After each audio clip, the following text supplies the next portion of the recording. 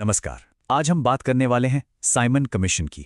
ये सिर्फ एक नाम नहीं है, ये इतिहास का वो पन्ना है जिसने भारत की आज़ादी की लड़ाई की दिशा ही बदल दी।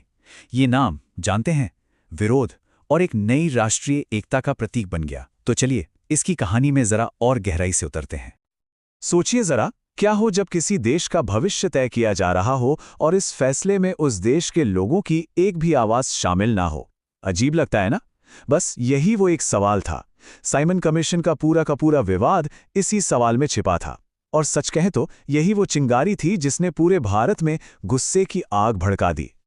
तो सवाल उठता है कि ये कमीशन आया कहां से? आखिर इसकी जरूरत क्यों पड़ी? इसकी कहानी की जड़ें दरअसल 10 साल पुराने एक वादे में छिपी हैं। एक ऐसा वादा जिसे पूरा करने का तरीका ही सारे झगड़े की जड़ बन गया। तो देखिए, बात शुरू होती है government of India act of 1919 से। ये एक ब्रिटिश कानून था जिसके जरिए भारत में लिमिटेड सेल्फ गवर्नेंस मतलब सीमित स्वशासन की शुरुआत हुई। हाँ, भारतीयों को शासन में थोड़ी बहुत हिस्सेदारी तो मिली, पर जाहिर है ये असली आज़ादी बिल्कुल नहीं थी। और इसी कानून के साथ एक वादा भी जुड़ा हुआ था। और वादा ये था कि ठीक 10 साल बाद यानी 1929 में एक कमीशन बनेगा। इसका काम होगा ये देखना कि 1919 के सुधार कितने काम के रहे, और इसी रिव्यू के बेसिस पर यह तय होना था कि भारत को आगे और अधिकार मिलेंगे या नहीं। तो एक तरह से ये उम्मीद की किरण तो थी, पर इंतजार करना था पूरे 10 साल। लेकिन ब्रिटिश सरकार ने उन 10 सालों का इंतजार नहीं किया। उन्होंने कुछ ऐसा किया जिसकी किसी को भी उम्मीद नहीं थी।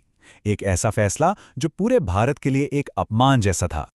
1929 का इंतजार करने के बजाय नवंबर 1927 में ही, मतलब समय से 2 साल पहले ही, ब्रिटिश सरकार ने इस कमीशन को बना दिया। अब इसके पीछे भी एक पॉलिटिकल एंगल था। ब्रिटेन की जो कंजर्वेटिव सरकार थी, उन्हें डर था कि कहीं अगले चुनाव में लेबर पार्टी ना जीत जाए, जो शायद भारत को ज्यादा अधिकार देने के पक्ष में हो। इस कमीशन का ऑफिशियल नाम तो इंडियन स्टैट्यूटरी कमीशन था, पर दुनिया इसे इसके चेयरमैन सर जॉन साइमन के नाम से जानती है, साइमन कमीशन। तो अब ये कमीशन बन गया। भारत जैसे इतने बड़े देश का भविष्य तय करने की जिम्मेदारी सौंपी गई 7 लोगों को, बस 7। और ये सातों के सातों ब्रिटिश सांसद थे। और अब सबसे बड़ा सवाल, इन 7 सदस्यों में से भारतीय कितने थे? जवाब है 0, एक भी नहीं। सोचिए, भारत का भविष्य तय हो रहा था और उसमें एक भी भारतीय को शामिल करना जरूरी नहीं समझा गया। बस यही थी पूरे विवाद की असली जड़। एक तरफ काम था भारत के सेल्फ गवर्नेंस का भविष्य तय करना, और दूसरी तरफ कमेटी थी जो 100% ब्रिटिश थी। मतलब ये कोई पॉलिटिकल मिस्टेक नहीं थी, ये पूरे देश का अपमान था।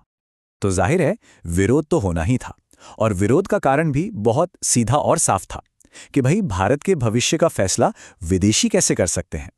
ये सवाल था सेल्फ रिस्पेक्ट का, आत्मसम्मान का। ये सवाल था कि क्या भारतीयों को अपने ही देश के बारे में फैसला लेने का हक है या नहीं। और इस एक फैसले ने वो कर दिखाया जो पहले नहीं हुआ था। इसने पूरे देश को एक साथ ला खड़ा किया। गुस्से में भारत के कोने कोने से विरोध की ऐसी आग भड़की जिसकी तपिश ने ब्रिटिश राज की नींव तक हिला दी। इसके बाद तो घटनाएं बहुत तेजी से घटीं।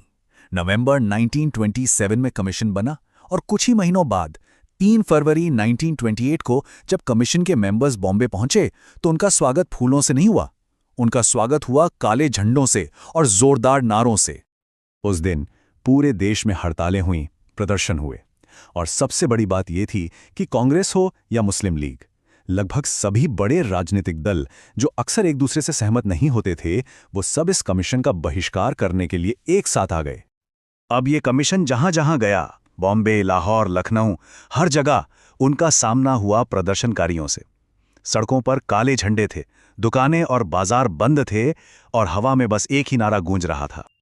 और वो नारा था, साइमन गो बैक, साइमन वापस जाओ। ये सिर्फ 2 शब्द नहीं थे, ये करोड़ों भारतीयों की एक आवाज थी।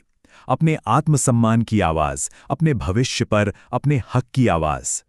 लेकिन इन विरोध प्रदर्शनों का असर सिर्फ सड़कों पर नारेबाजी तक ही सीमित नहीं रहा। नहीं, इसका प्रभाव बहुत गहरा था, बहुत लास्टिंग था।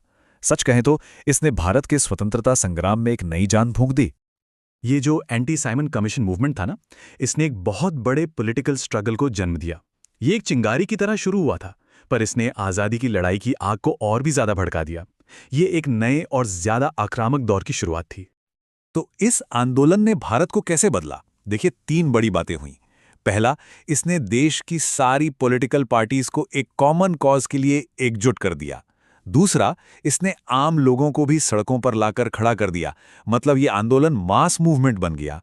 और तीसरा, इसने पूर्ण स्वराज यानी कंप्लीट इंडिपेंडेंस की मांग के लिए एक जबरदस्त स्टेज सेट कर दिया।